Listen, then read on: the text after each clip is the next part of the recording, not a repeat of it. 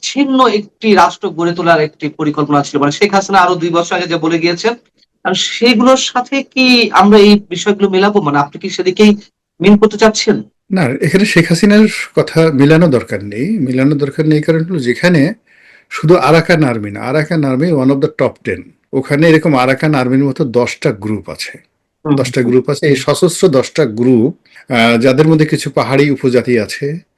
মায়ানমারের ভিতরের 3টি গ্রুপ অর্থাৎ আরাকান আর্মি, তাদের প্রতিদ্বন্দ্বী আরসা, হুম, হুম, এবং আরসার সাথে সাথে আবার কুকিচিন যে বিদ্রোহী গ্রুপটা আছে সেই গ্রুপ, অর্থাৎ 3টা সশস্ত্র গ্রুপ এখানে তারা পারস্পরিকভাবে বাংলাদেশের এই ল্যান্ড ব্যবহার করে কাজ করছে। আশ্চর্যের ব্যাপার হলো বাংলাদেশের কয়েকটি ইসলামিক গ্রুপ, তথাকথিত নিষিদ্ধ ইসলামিক গ্রুপ, প্লাস এমনি রাজনৈতিক গ্রুপ, এদের সাথে এদের ভালো সম্পর্ক আছে। অনেকগুলো প্রতিষ্ঠান পাহাড়ে আছে, ধর্মীয় প্রতিষ্ঠান, দাতব্য প্রতিষ্ঠান ওই পাহাড়ের মধ্যে আছে। সেখানে এদের তৎপরতা সীমাহীন। ফলে এই বিষয়গুলো, এদের উইংস এখন ঢাকা পর্যন্ত পৌঁছে গেছে, এদের উইংস আরো উঁচু পর্যায়ে পৌঁছে গেছে। So it's not a military problem, it is also a hmm. Political problem at this moment. এবং এদের এই যে বললাম যে 10টা সশস্ত্র গোষ্ঠী, এদের সঙ্গে চীনের যোগাযোগ আছে, এদের সঙ্গে মায়ানমারের যোগাযোগ আছে, এদের সঙ্গে ভারতের যোগাযোগ আছে। এখন এদের সঙ্গে সবার মুরব্বী হিসাবে আমেরিকা এদের সঙ্গে যুক্ত হয়ে আছে।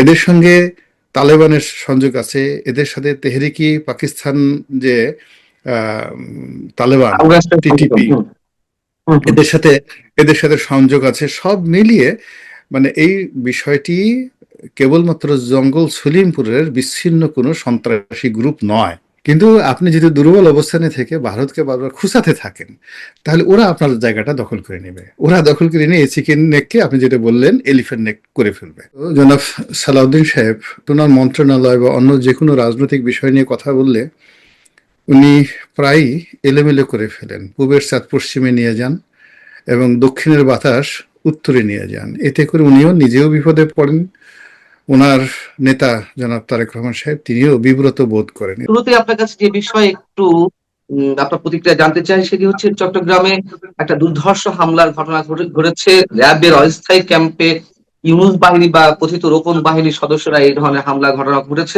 ঘটিয়েছে। আ এটিকে কেন্দ্র করে আমাদের স্বরাষ্ট্রমন্ত্রী সালাউদ্দিন আহমেদ সাহেব একটি মন্তব্য করেছেন যে, গত ১৭ বছরে আইন শৃঙ্খলা রক্ষায় সরকার তেমন কার্যকর ভূমিকা পালন করতে পারেনি। তাই এ ধরনের হামলা। আসলে এটি বলে এ ধরনের দুর্ধর্ষ হামলাকে পাশ কাটানোর কোন সুযোগ আছে কিনা? একই সঙ্গে আপনার কাছে আমার প্রশ্ন, তিনি আসলে ১৭ বছর বলতে কোন ১৭ বছরকে বুঝিয়েছেন? আমি বুঝতে পারিনি। আপনি ধরতে পারছেন কিনা আমি জানি না। ওয়ান ইলেভেন সরকারের ২ বছর সহ আওয়ামী লীগের ১৫.৫ বছর, নাকি আওয়ামী লীগের ১৫.৫ বছর সহ ডক্টর ইউনূসের ১.৫ বছরকে উনি কাউন্ট করছেন? প্রথমত জনাব সালাউদ্দিন সাহেব চমৎকারভাবে কথা বলেন, কিন্তু পার্লামেন্টে ওনার যে বক্তব্য সেটা সংবিধান নিয়ে বা মানে পুঁথিগত যে সকল বিদ্যা সেই সকল বিষয় নিয়ে কথা বললে পয়েন্টিফাই এবং শুনতে ভালো লাগে। কিন্তু ওনার মন্ত্রণালয় বা অন্য যে কোনো রাজনৈতিক বিষয় নিয়ে কথা বললে উনি প্রায়ই এলোমেলো করে ফেলেন। পূবের চাঁদ পশ্চিমে নিয়ে যান এবং দক্ষিণের বাতাস উত্তরে নিয়ে যান। এতে করে উনিও নিজেও বিপদে পড়েন, ওনার নেতা জনাব তারেক রহমান সাহেব তিনিও বিব্রত বোধ করেন। এর কারণ হলো তাকে তো আসলে বর্তমান সরকার একেবারে সর্বোচ্চ মর্যাদায় রেখেছে। ডিফ্যাক্টো প্রধানমন্ত্রী বলা হয় তিনি তারেক রহমান সাহেবের শিক্ষক, তার উপর তারেক রহমান সাহেবের ছায়া। তো সব মিলিয়ে ওনার আসলে অনেক সতর্কভাবে কথাবার্তা বলা উচিত। এই কারণে বলা উচিত, আমি প্রথমেই বলি, চট্টগ্রামে যে একটা দুর্ধর্ষ জায়গা আছে জঙ্গল সলিমপুর, এটা কিন্তু এই ইনুসের জামানাতে আমরা এই প্রথম মানে সাধারণ মানুষ দেশবাসী জানতে পারলো। কিন্তু এর আগে কিন্তু ব্যাপকভাবে ওখানে আইন শৃঙ্খলার অবনতি হয়েছে বা ওখানে মারাত্মক কিছু একটা হয়েছে। আওয়ামী লীগ জমানাতে বেশ কয়েকটা অপারেশন হয়েছে সাকসেসফুলি, এবং সেখানে যা কিছু হয়েছে সবগুলো পুলিশ এবং অন্যান্য আইন শৃঙ্খলা রক্ষাকারী বাহিনী, এমনকি মিলিটারি অপারেশন হয়েছে, সেগুলো নিয়ন্ত্রণে ছিল। অর্থাৎ অপরাধীরা পালিয়ে গেছে, শাস্তি পেয়েছে এবং ধরা পড়েছে। আর আইন শৃঙ্খলা রক্ষাকারী বাহিনী যখন সফল হয়েছে তখন এই বিষয়গুলো কখনোই আমাদের জাতীয় নিউজ হয়নি। কিন্তু ইউনূসের জামানাতে প্লাস এই যে এই সময়টিতে বারবার মনে হচ্ছে যে ওখানে যারা আছে তারা রাষ্ট্রীয় আইন শৃঙ্খলা রক্ষাকারী বাহিনীকে সরাসরি চ্যালেঞ্জ জানাচ্ছে। তো এটা নিঃসন্দেহে এই গত ২ বছর ধরে যারা এই দেশ চালাচ্ছে, রাষ্ট্র চালাচ্ছে, এবং এই সময়টাতে হয় সরকারের দোষ নতুবা আইন শৃঙ্খলা রক্ষাকারী বাহিনীর দোষ, অথবা ওখানে যারা মাতব্বরি করছেন, সন্ত্রাসী কর্মকাণ্ড করছেন, তারা দেশ এবং বিদেশ থেকে জঙ্গল সলিমপুরকে একটা দুর্গ বানানোর জন্য নানা রকম লজিস্টিক সাপোর্ট তারা পাচ্ছে। আদারওয়াইজ একটা রাষ্ট্রকে, একটা ছোট এলাকা, একটা রাষ্ট্রকে এইভাবে চ্যালেঞ্জ জানানোর শক্তি তাদের কখনই হতো না। এই ধ্রুব সত্যটি দেশের যারা সাধারণ মানুষ তারা বুঝেন, কিন্তু সালাউদ্দিন সাহেব কেন বুঝেন না, এটা আমার যথেষ্ট সন্দেহ মনে হয়। আপনারা জানেন যে একটা ডিপ স্টেট চট্টগ্রামকে কেন্দ্র করে, গ্রেটার চট্টগ্রামকে কেন্দ্র করে দীর্ঘদিন ধরে কাজ করছে। সেই Right. ডিপ স্টেটের যে কথাবার্তা আমি ২০১৪ সনে শুনে আসছি, যে বান্দরবনে গেলাম, সে বান্দরবনে আওয়ামী লীগের যিনি সভাপতি না সেক্রেটারি, ওনার নাম মুজিবুর রহমান বা মুজিব, মুজিব ভাই নামে সবাই চিনেন, অত্যন্ত জনপ্রিয় এবং পুরো পার্বত্য জেলায় যাকে বলা হয় দ্বিতীয় বঙ্গবন্ধু আওয়ামী লীগের জামানাতে। তো তিনি অনেকগুলো কথা আমাকে বলছিলেন ওই সময়টিতে, যে এখানে এইভাবে এইভাবে কুকিচিন থেকে শুরু করে অন্যান্য সশস্ত্র গ্রুপ, প্রায় ১০,০০০ থেকে ১১,০০০ অস্ত্রধারী গ্রুপ ওই ২০১৪-১৫ সনে সেখানে কাজ করে আসছিল, এবং সেটা এখন আরো অনেক বেড়েছে। এদের মধ্যে থেকে একটা গ্রুপ পাহাড়ে তারা সন্ত্রাসী কর্মকাণ্ড চালায়, আরেকটি গ্রুপ রাজনীতি করে, আর একটা গ্রুপ দেশের বাইরে পতাকা স্বাধীন ওই পাহাড়ের একটা স্থান জুমল্যান্ড করার জন্য তারা কিন্তু একটা আলটিমেটলি কাজকর্ম তারা করে যাচ্ছে দীর্ঘদিন ধরে। তো এটা নিয়ে সেনাবাহিনী, পুলিশ, তারপরে শেষে ওখানে যারা বিজিবি আছেন সবার সাথে দীর্ঘদিন ধরে যুদ্ধ হচ্ছে, এবং তারই প্রেক্ষিতে ওরা ওই বিভিন্ন ধর্মীয় প্রতিষ্ঠান, সামাজিক প্রতিষ্ঠান এবং ওখান থেকে অনেক লোককে তারা শিক্ষিত করে এই দীর্ঘমেয়াদে ঢাকা শহরে পর্যন্ত পৌঁছে দিয়েছে। আমরা এখন তাদেরকে অনেক কৌশলগত জায়গাতে দেখতে পাচ্ছি। মানে এই যে ডিপ স্টেট, সেই ডিপ স্টেটের পলিটিক্যাল উইংস আছে, মিলিটারি উইংস আছে, তাদের চাঁদাবাজি সমস্ত কিছু আছে। এখন যখন একটা প্রতিষ্ঠান ধরেন খুব দুর্বল অবস্থানে থাকে, তখন তারা গহীন অরণ্যে থাকে, আর সেখান থেকে যখন তারা শক্তিশালী হয়, তারা ধীরে ধীরে ধীরে ধীরে তারা করে কি লোকালয়ের কাছাকাছি আসে। তখন এখন যে অবস্থা হচ্ছে, দেখবেন যে এই গ্রুপটির একটা বিরাট অংশ কক্সবাজার শহর তারা নিয়ন্ত্রণ করছে, টেকনাফ এবং রোহিঙ্গা শিবিরগুলোতে এরা নিয়ন্ত্রণ করছে।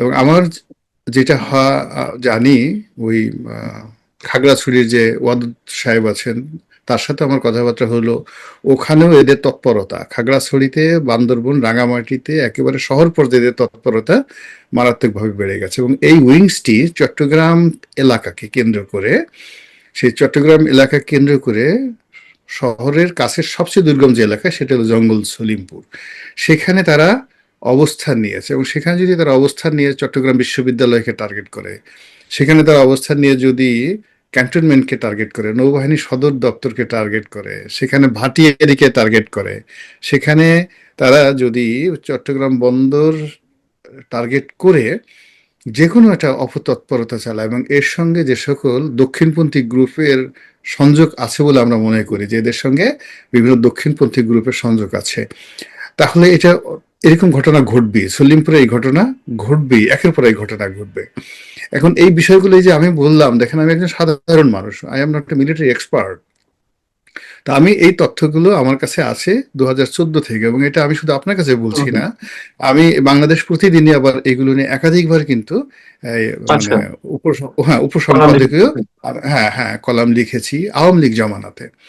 তো কাজী জনাব সালাউদ্দিন সাহেবের উচিত, যেহেতু তিনি স্বরাষ্ট্রমন্ত্রী, এই বিষয়ে বোঝা যে এই যে জঙ্গল সলিমপুরে হঠাৎ করে সন্ত্রাসী তৎপরতা বাড়লো, এতটা বাড়লো যে এখন সারা বাংলাদেশের টেকনাফ থেকে তেঁতুলিয়া পর্যন্ত সবাই জঙ্গল সলিমপুরের নাম জানে, নাম্বার ওয়ান। নাম্বার টু হলো, এদেরকে নিয়ন্ত্রণ করার জন্য সেখানে 2টো পুলিশ একাডেমি তৈরি করা হবে, র্যাবের ঘাঁটি তৈরি করা হয়েছে, এমনকি যৌথ বাহিনী, মিলিটারি সহ সেখানে করা হবে। ইট মিনস যে এখানে কেবলমাত্র কিছু লোক চুরাকারবারি করে বা কিছু লোক এখানে সন্ত্রাসী করে, নট লাইক দ্যাট। এটাকে কেন্দ্র করে বড় কিছু, আরো বড় কিছু হচ্ছে। So, এই সকল কথা আমি আমি স্ট্রেট আপনার কথা ফরওয়ার্ড। একটু ইন্টারাপ্ট করি, আরো বড় কিছু বলতে আপনি কি এই ধরনের কোনো আশঙ্কা করছেন যে শেখ হাসিনা বলে গিয়েছিলেন খ্রিস্টান রাজ্য তৈরি হতে পারে বাংলাদেশের কিছু অংশ নিয়ে? আমরা দেখলাম যে কদিন আগে আরাকান আর্মি চট্টগ্রামে একটি অংশকে তাদের ম্যাপের মধ্যে সংযোজন করেছে। এবং আরেকটু মনে করিয়ে দিলে গত মাসখানেক আগে দিল্লি থেকে ইউক্রেনের 6 জন নাগরিক এবং মার্কিন এক নাগরিক আটক হয়েছেন। তারা নাকি মিজোরাম থেকে আরাকান আর্মির কাছে ড্রোন টোন ইত্যাদি ইত্যাদি আহ, সরবরাহ করছিল, মানে সমরাস্ত্র। এবং দিল্লি পুলিশ যেটি জানিয়েছে, তাদের বিচ্ছিন্ন একটি রাষ্ট্র গড়ে তোলার একটি পরিকল্পনা ছিল, মানে শেখ হাসিনা আরো 2 বছর আগে যে বলে গিয়েছেন। আর সেগুলোর সাথে কি আমরা এই বিষয়গুলো মেলাবো? মানে আপনি কি সেদিকেই মিন করতে চাচ্ছেন? না, এখানে শেখ হাসিনার কথা মিলানো দরকার নেই। মিলানো দরকার নেই কারণ হলো যেখানে শুধু আরাকান আর্মি না, Arakan army one of the top 10। ওখানে এরকম আরাকান আর্মির মতো 10টা গ্রুপ আছে। হুম, 10টা গ্রুপ আছে, এই সশস্ত্র 10টা গ্রুপ, যাদের মধ্যে কিছু পাহাড়ি উপজাতি আছে। মায়ানমারের ভিতরের 3টি গ্রুপ, অর্থাৎ আরাকান আর্মি, তাদের প্রতিদ্বন্দ্বী আরসা, হুম, হুম। এবং আরসার সাথে সাথে আবার কুকি চিন যে বিদ্রোহী গ্রুপটা আছে সেই গ্রুপ, অর্থাৎ 3টা সশস্ত্র গ্রুপ এখানে তারা পরস্পরিকভাবে বাংলাদেশের এই ল্যান্ড ব্যবহার করে কাজ করছে। আশ্চর্যের ব্যাপার হলো বাংলাদেশের কয়েকটি ইসলামিক গ্রুপ, ইসলামিক গ্রুপ, তথাকথিত নিষিদ্ধ ইসলামিক গ্রুপ, প্লাস এমনি রাজনৈতিক গ্রুপ, এদের সাথে এদের ভালো সম্পর্ক আছে। অনেকগুলো প্রতিষ্ঠান পাহাড়ে আছে, ধর্মীয় প্রতিষ্ঠান, দাতব্য প্রতিষ্ঠান ওই পাহাড়ের মধ্যে আছে। সেখানে এদের তৎপরতা সীমাহীন। ফলে এই বিষয়গুলো, এদের উইংস এখন ঢাকা পর্যন্ত পৌঁছে গেছে, এদের উইংস আরো উঁচু পর্যায়ে পৌঁছে গেছে। So it's not a military problem, it is also a hmm. Political problem at this moment. এবং এদের এই যে বললাম যে 10টা সশস্ত্র গোষ্ঠী, এদের সঙ্গে চীনের যোগাযোগ আছে, এদের সঙ্গে মায়ানমারের যোগাযোগ আছে, এদের সঙ্গে ভারতের যোগাযোগ আছে। এখন এদের সঙ্গে সবার মুরব্বী হিসেবে আমেরিকা এদের সঙ্গে যুক্ত হয়ে আছে। এদের সঙ্গে তালেবানের সংযোগ আছে, এদের সাথে তেহরিকি পাকিস্তান যে তালেবান, আফগানিস্তান সংযুক্ত। টিটিপি, হুম, হুম, হুম। এদের সাথে এদের সাথে সংযোগ আছে। সব মিলিয়ে মানে এই বিষয়টি কেবলমাত্র জঙ্গল সলিমপুরের বিচ্ছিন্ন কোনো সন্ত্রাসী গ্রুপ নয়, ইটস এ আচ্ছা। সেইন, ইটস এ কমান্ড। ফলে এই বিষয়গুলো নিয়ে আমাদের সবাইকে কাজ করতে হবে এবং সবাইকে সচেতন হতে হবে। এবং ওখানে যারা আইন শৃঙ্খলা রক্ষাকারী বাহিনী আছে তাদের হাতকে শক্তিশালী করতে হবে। এখন কিন্তু এটা যদি আমরা, ক্যান্সার হয়েছে শরীরে, এটা যদি আমরা গোপন করি যে লোকজন বলবে কি এই লোকটার ক্যান্সার হলো কি করে, এটা ব্যাপার না। এটা দীর্ঘদিন ধরেই এটা চলে আসছে, বহু বহু বছর ধরে এটা চলে আসছে। তো সেই দিক থেকে ওখানকার যে বাস্তব সমস্যা, সেই বাস্তব সমস্যার জন্য যেখানে অপারেশন দরকার সেই অপারেশন দরকার। আর আমাদের সালাউদ্দিন সাহেব যে কথাবার্তা বলতেছে তাতে মনে হচ্ছে তিনি হোমিওপ্যাথিক চিকিৎসা সবেমাত্র শুরু করার জন্য চিন্তা ভাবনা করছেন, যে 2 ফুটা হোমিওপ্যাথিক ওষুধ খেলে ধীরে ধীরে এটা ভালো হবে। সো ইটস ভেরি আনফেয়ার, এবং এটা উনি নিজে বিপদে পড়বেন এবং ওনার যে নেতা জনাব তারেক রহমান সাহেব তিনিও বিপদে পড়বেন। জিনিসটা এত সহজ নয়। আমাদের সাপ্লিমেন্ট কোশ্চেনটি ছিল যে 17 বছর কাউন্টিংটা কিভাবে হচ্ছে, মানে ধরে নিলাম আপনি গুরুত্বপূর্ণ কথা বলেছেন, ধরে নিলাম এখন যুক্তির হলো সাথে। কি, না না, এখন আমি দেখলাম যে মানুষের মানে এখন যেটা হচ্ছে যে সরকারের যারা কর্তা ব্যক্তি তারা যে কোনো কারণ হোক ডক্টর মোহাম্মদ ইউনূসকে ভাসুরের মতো সম্মান করছেন, ভীষণ রকম সম্মান করছেন, তাকে কষ্ট দিতে চাচ্ছেন না। এখন এটাকে আমি ওকে ভাসুর বলবো না, দাদু বলবো না, আরো কিছু বলবো, চাচা মিয়া হুম, বলবো, হুম। এটা তাদের ব্যাপার। কিন্তু বিএনপি যারা সব লোকজন আছে না, তারা সবাই ওনাকে ভীষণ রকম সম্মান করে এবং তাকে তার প্রতি কৃতজ্ঞ। ফলে কি হলো, এই হামের যে বিষয়টি, যেটা শিশু মৃত্যুর যে ঘটনা বা অন্যান্য যে সকল বিষয় রয়েছে, তো এই সকল বিষয়ে উনার দায় দায়িত্ব মানে যাকে বলা হয় কমানোর জন্য বা ওনাকে মানে সার্টিফাই করার জন্য, ওনাকে কলঙ্ক মুক্ত করার জন্য এখন অনেকেই দেখলাম যে সেই আওয়ামী লীগ জমানাকে টানছে। যে শুরুটা হয়েছিল আওয়ামী লীগ থেকে। আমি দেখলাম যে আমাদের স্বাস্থ্যমন্ত্রী উনি একেবারে প্রথমে বিদ্রোহী কবি নজরুলের মতো বলে ফেললেন যে হুম। নির্মম নিষ্ঠুরভাবে সমস্ত জিনিস এই আওয়ামী লীগ জামানাতে কোনো সমস্যা ছিল না, সমস্ত শুরুটাই হয়েছে নূরজাহান বেগমের দ্বারা। আজকে সামাজিক মাধ্যমে দেখলাম যে তিনি এটা বলছে যে এটা আসলে আওয়ামী লীগ জমানা থেকে ইউনিসেফ এই সমস্ত কথাবার্তা বলছে। তো এই বিষয়গুলো আসলে সরকারের নেতিবাচক দিক। যখন ইউনিসেফ বলবে যে না, আওয়ামী লীগ জমানাতে আমাদের কোনো সমস্যা ছিল না, আওয়ামী লীগ জমানাতে আমাদের সমস্যা ছিল না, আমাদের সমস্যা হয়েছে এই যে ডক্টর মোহাম্মদ ইউনূসের জমানা থেকে, এটা বলবে, দেখবেন খুব দ্রুত বলবে। তখন এই যে জনাব যেটা স্বাস্থ্যমন্ত্রী তখন কি বলবেন? একইভাবে এই যে জঙ্গল সলিমপুরের যে কথাটা আমি আপনাকে এখানে বললাম, যে এই ঘটনাটা আমি জানি, ফলে তিনি যেভাবে 17 বছর বা 16 বছর যে জিনিসগুলো বলছেন যে নট লাইক দ্যাট, ওই পুরো সময়টাতে বাংলাদেশের জঙ্গিবাদ, শেখ হাসিনার জমানাতে বাংলাদেশের জঙ্গিবাদ, বাংলাদেশের উগ্রবাদ, এটা অলমোস্ট 90% নিয়ন্ত্রিত ছিল। আবার অনেকগুলো ঢাকাতে নাটক হয়েছে, জঙ্গিবাদের কথা বলে অনেক নিরীহ মানুষকে অত্যাচার করা হয়েছে, এটা সঠিক, এতে কোনো অস্বীকার করার ব্যাপার নেই। কিন্তু তারপরেও যেটা হলো, শেখ হাসিনা পুরো জমানাতে পুরো পরিস্থিতি, সেটা জঙ্গল সলিমপুর হোক কিংবা বান্দরবন হোক, খাগড়াছড়ি হোক, ওখান থেকে হঠাৎ করে মানে একেবারে গভীর জঙ্গল থেকে বের হয়ে এসে কেউ ঢাকা বিশ্ববিদ্যালয়ে এসে বিরাট নেতা হয়ে যেতে পারেনি, যে এরকম অবস্থা হয়নি। কিন্তু এই জিনিসগুলো অতি দ্রুত ঘটে গেছে গত 2 বছরে।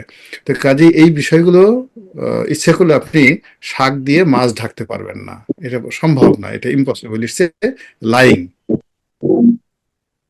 আহ এই বিষয়ে আপনার কাছে আরেকটা প্রশ্ন রাখতে চাই।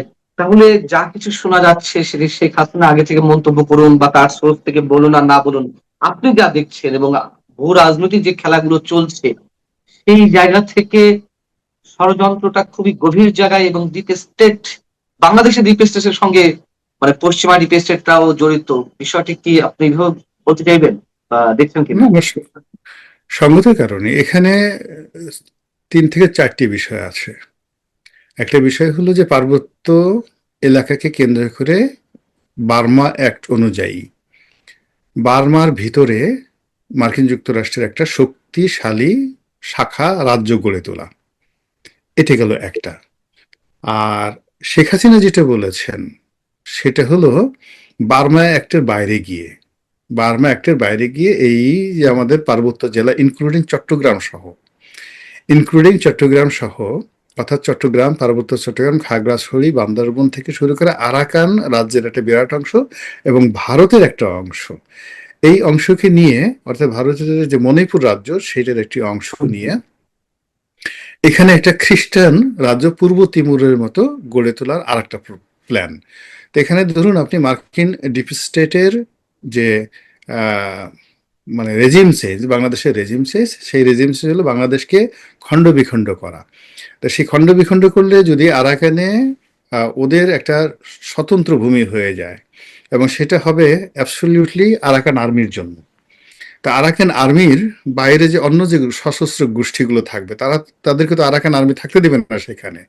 তো তাদেরকে রাখার জন্য তাদেরকে আবার আলাদা একটা জায়গা দরকার। এখন যদি আপনি আরসার সাথে বলেন, রোহিঙ্গাদের সাথে বলেন, তাদের সাথে তো আরাকান আর্মি মিল নাই। এখন তো আরসা, তারপরে শেষে রোহিঙ্গাদের মুসলিম যে গ্রুপগুলো আছে তাদের সঙ্গে তো আমেরিকা কাজগুলো করছে। ফলে এখানে আসলে দুটো, একটা হলো আরাকানের ভিতরে অ্যাবসলিউটলি আরাকান আর্মির জন্য একটা তারা রাষ্ট্র করবে, আর পূর্ব তিমুরের মতো একটা গোঁজামিল দিয়ে আমাদের বাংলাদেশে বিচ্ছিন্নতাবাদী পাহাড়ি সংগঠন, মণিপুরের বিচ্ছিন্নতাবাদী পাহাড়ি সংগঠন, তার সঙ্গে সঙ্গে যে সমস্ত লোক আরাকান থেকে, মংডু থেকে বিতাড়িত হয়ে বাংলাদেশের মধ্যে আসে, তাদেরকে কেন্দ্র করে সেখানে আর একটা খ্রিস্টান রাষ্ট্র, সেই খ্রিস্টান রাষ্ট্র করার জন্য যে তৎপরতা, ফলে ওই অঞ্চলে দুটো তৎপরতা চলছে উইদিন, মানে আরাকানের মানে মধ্যে এবং আরাকানের কিছু অংশ নিয়ে, তারপরে শেষে ভারতের কিছু অংশ নিয়ে এবং বাংলাদেশের কিছু অংশ নিয়ে আর একটা খ্রিস্টান রাষ্ট্র, এই দুটো চলছে। থার্ডলি হলো যেটাকে আমরা ডিপ স্টেট বলি, ওটা হলো মানে বার্মা অ্যাক্টের first part plus second part. আর থার্ডলি যেটা স্টেট হলো, তারা এই ঢাকাকে কেন্দ্র করে এমন একটা সরকার তারা গড়তে চাচ্ছে যে সরকারটি অ্যাবসলিউটলি আমেরিকার তাবেদার হবে। এবং যেহেতু তারা পার্বত্য চট্টগ্রাম থেকে শুরু করে ওই পুরো এলাকাটাকে নিয়ে চক্রান্ত করছে, এর প্রেক্ষিতে যে জিনিসটা হচ্ছে যে এই বাংলায় ওই চট্টগ্রামের যে সমুদ্র থেকে শুরু করে টোটাল যে যা কিছু আছে, এটা মংলা এবং ওই যে আমাদের যে কুয়াকাটা, খেপুপাড়া কুয়াকাটা, ওই এলাকাতে যে ডিপ সি পোর্ট হয়েছে, এদিকে এগুলো সরিয়ে এনে চট্টগ্রাম বন্দরটাকে ওদের হাতে ছেড়ে দেওয়ার জন্য একটা মাস্টার প্ল্যান নিয়ে তারা কিন্তু কাজ করছে। কারণ এই কাজগুলো করার জন্য তাদেরকে বাংলাদেশের মানে পুরো রাজনীতি, সমাজনীতি, অর্থনীতিকে একটা গোটা দিতে হবে। সবগুলো দুর্বল হয়ে যাবে, যে যার অবস্থান থেকে ফকিরের মতো নিজের পেট নিয়ে চিন্তা করবে, দেশ নিয়ে তাদের আর চিন্তা করার সময় থাকবে না। তো এইভাবে আসলে পুরো বাংলাদেশকে নিয়েই কিন্তু একটা চক্রান্ত চলছে, এবং সেই চক্রান্তের জায়গাতে যারা রাজনৈতিক ব্যক্তিবর্গ তাদেরকে অত্যন্ত ধৈর্য সহকারে হোয়াট ইজ হ্যাপেনিং, এই সর্বনাশের যে খেলা চলছে সেই খেলাটাকে বুঝতে হবে। এখানে কোনো অবস্থাতে আওয়ামী লীগও নাই, বিএনপি নাই। এখানে আওয়ামী লীগ থাকলে একই অবস্থা, খেলাগুলো চলতো।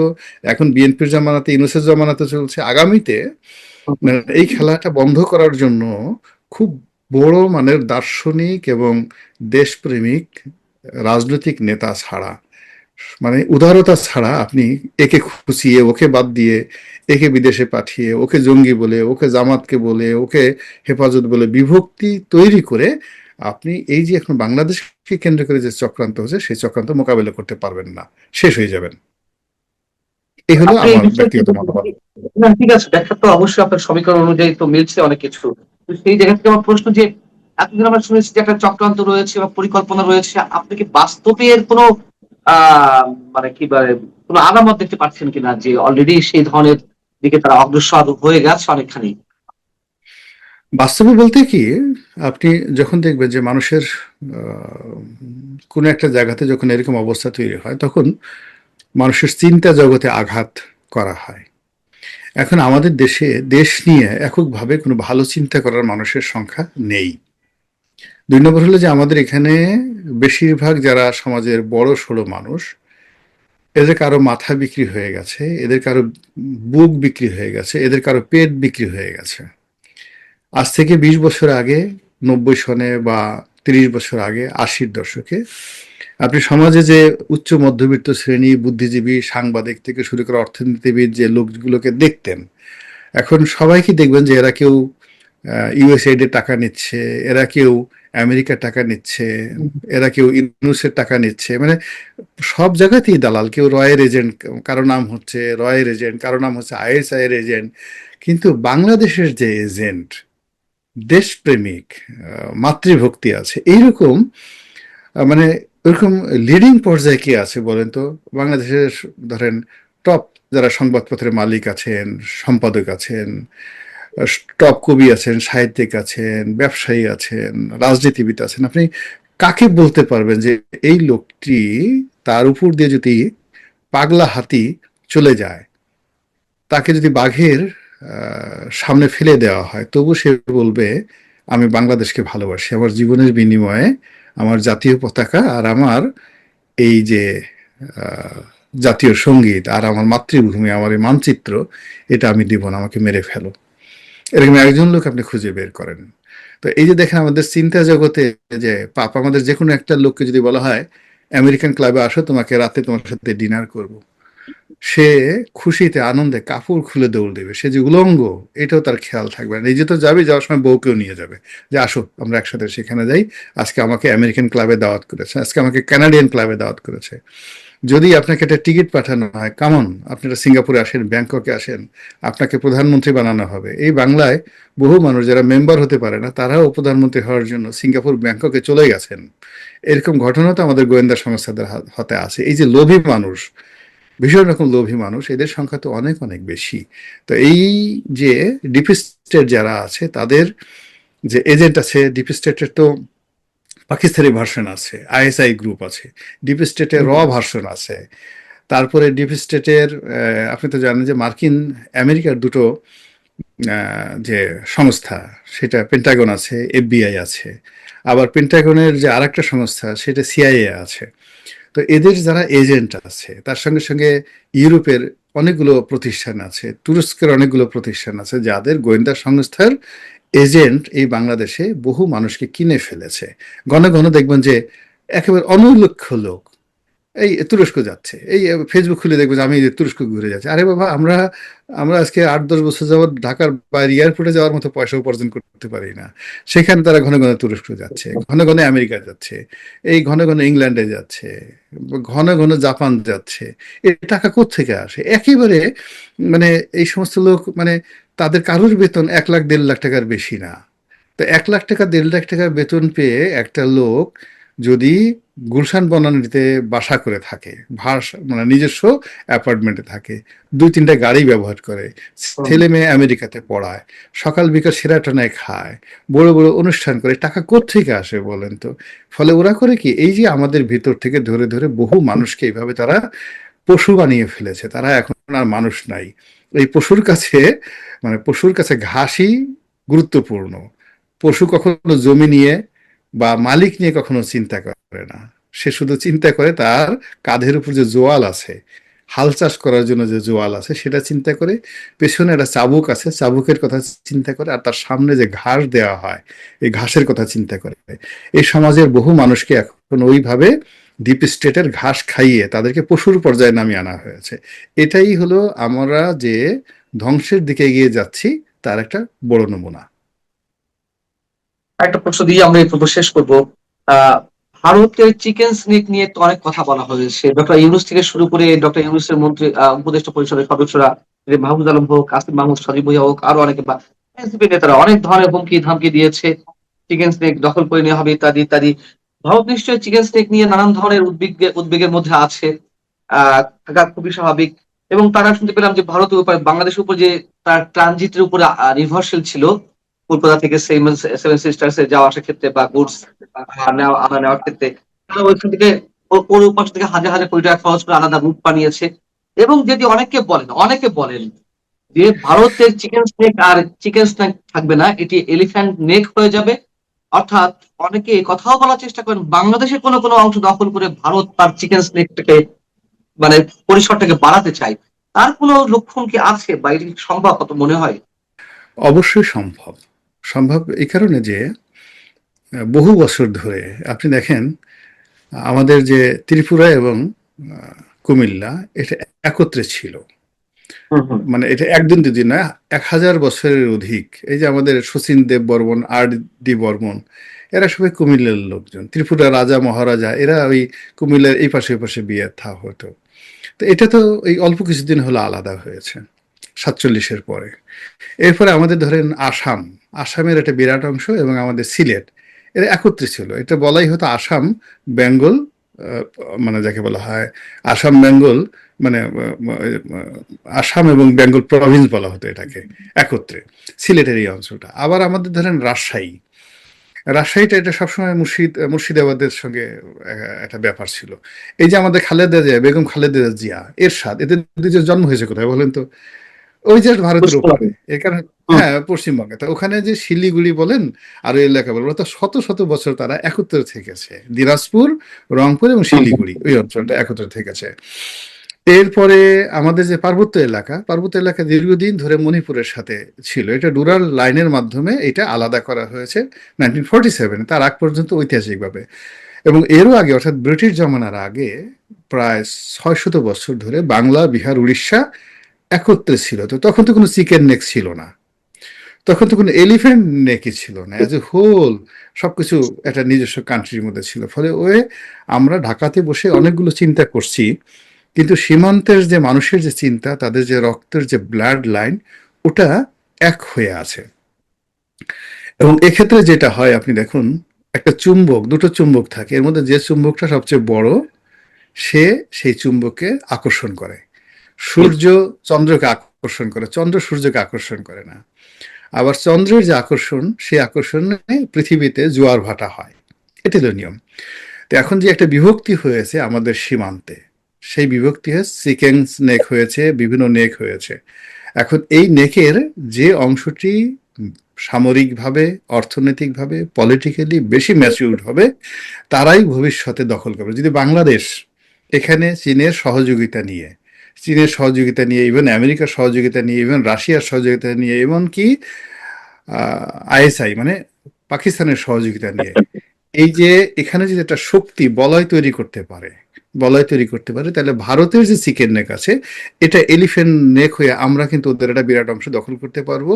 এবং এটা অতীতে ইখতিয়ার উদ্দিন মোহাম্মদ বিন বখতিয়ার খুলজি করেছে, গিয়াসউদ্দিন আজম শাহ করেছে, এটা শায়েস্তা খান করেছে, পরাগল খা, সুটি খা এবং আলাউদ্দিন হোসেন শাহ এরা করেছে, বহুবার করেছে, মানে ওই অঞ্চল আমরা দখল করে নিয়েছি।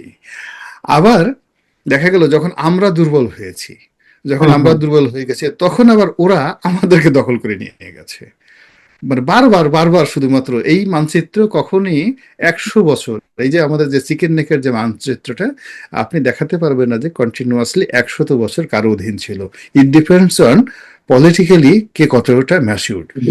এখন আপনি ভারতের সঙ্গে যদি বাংলা ভাষায় আমরা বলি পাঙ্গা নিতে চান, ভালো, ভারতের সাথে পাঙ্গা নেন। সেক্ষেত্রে ভারতে এসে আপনার মিলিটারি শক্তি, আপনার প্রস্তুতি থাকলে আপনি আপনার সুবিধা মতো ভারতের যে চিকেন নেকের যে জায়গাগুলো আছে কৌশলগত, সেগুলো আপনি দখল করে নিতে পারবেন, কোনো ওয়ে নাই। কিন্তু আপনি যদি দুর্বল অবস্থানে থেকে ভারতকে বারবার খুঁচাতে থাকেন, তাহলে ওরা আপনার জায়গাটা দখল করে নেবে। ওরা দখল করে নিয়ে চিকেন নেককে আপনি যেটা বললেন এলিফ্যান্ট নেক করে ফেলবে। এখন থার্ডলি যেটা আমার কাছে মনে হচ্ছে যে আমরা এখনো পর্যন্ত, মানে মূল ব্যাপার হলো কি জানেন, আপনি পান্না আছেন, আপনার শক্তি আছে, ধরেন 10 কেজি বা 20 কেজি ওজনের একটা বস্তা হুম হুম। মাথায় নিয়ে ঘোরার মতো। তো আপনাকে লোভ দেখানো হলো যে এইটার মধ্যে 40 কেজি স্বর্ণ আছে, এটা তুমি যদি মাথায় করে নিতে পারো এটা তোমার। আপনি কোনো কারণে 40 কেজি স্বর্ণ মাথায় আপনাকে তুলে দেওয়া হলো, আপনি তো মরে যাবেন, ইউ উইল ডাই। Right. এখন বাংলাদেশের যে অবস্থা, যারা বাংলাদেশকে এই ভারতের সাথে একটা সংঘাতে জড়ানোর জন্য চেষ্টা করছে, তাদের উদ্দেশ্য তো বাংলাদেশকে খণ্ড বিখণ্ড করে ফেলা। তাদের উদ্দেশ্য ওই যে আমি প্রথমে যেটা বললাম, জঙ্গল সলিমপুর থেকে শুরু করে ওই এলাকাতে বিচ্ছিন্নতাবাদী আন্দোলন করা। তাদের উদ্দেশ্য হলো মংলা বন্দর এবং এই অঞ্চলে চট্টগ্রাম বন্দরের ফ্যাসিলিটিস গুলো নিয়ে এসে ঢাকাতে তাদের একটা পুতুল সরকার বসানো। তাদের উদ্দেশ্য সীমান্তের যে এলাকাগুলো আছে সেই এলাকা ভারতকে দিয়ে দেওয়া। তো এই যে আমরা এই চক্রান্তের মধ্যে আমরা কেন ফাঁদে পা দিতে যাবো? আমরা Stepping বলবো process. সেভেন সিস্টার, হ্যাঁ আমরা সেভেন সিস্টার দখল করবো, এটা করবো, যেখানে আমরা হুম হুম। জঙ্গল সলিমপুরের মতো একটা ছোট ইউনিয়নও না, একটা ইউনিয়নে না, আক্রমণ সেই ভাষা কেন? এলাকাতে গিয়ে সেই এলাকাকে আমরা দেদারসে মার খাচ্ছি। যেখানে আমাদের পার্বত্য চট্টগ্রাম থেকে শুরু করে, যেখানে হাইয়েস্ট শান্তি বাহিনীর কয়জন লোক ছিল? 5 থেকে 6 হাজার। 5 থেকে 6 হাজার যোদ্ধার সাথে আমরা মানে স্বাধীনতার পর থেকে যুদ্ধ করে হাজার হাজার মানুষ আমরা মানে হারিয়েছি, আমাদের সেনা সদস্য হারিয়েছি, আমরা বুঝতে শত পারছি শত মানে হাজার আমি হাজার কোটি। আপনার মেসেজটি আমরা পেয়ে গেছি। সেটি আমাদের সব জন্য সবচেয়ে বড় উদ্বেগের।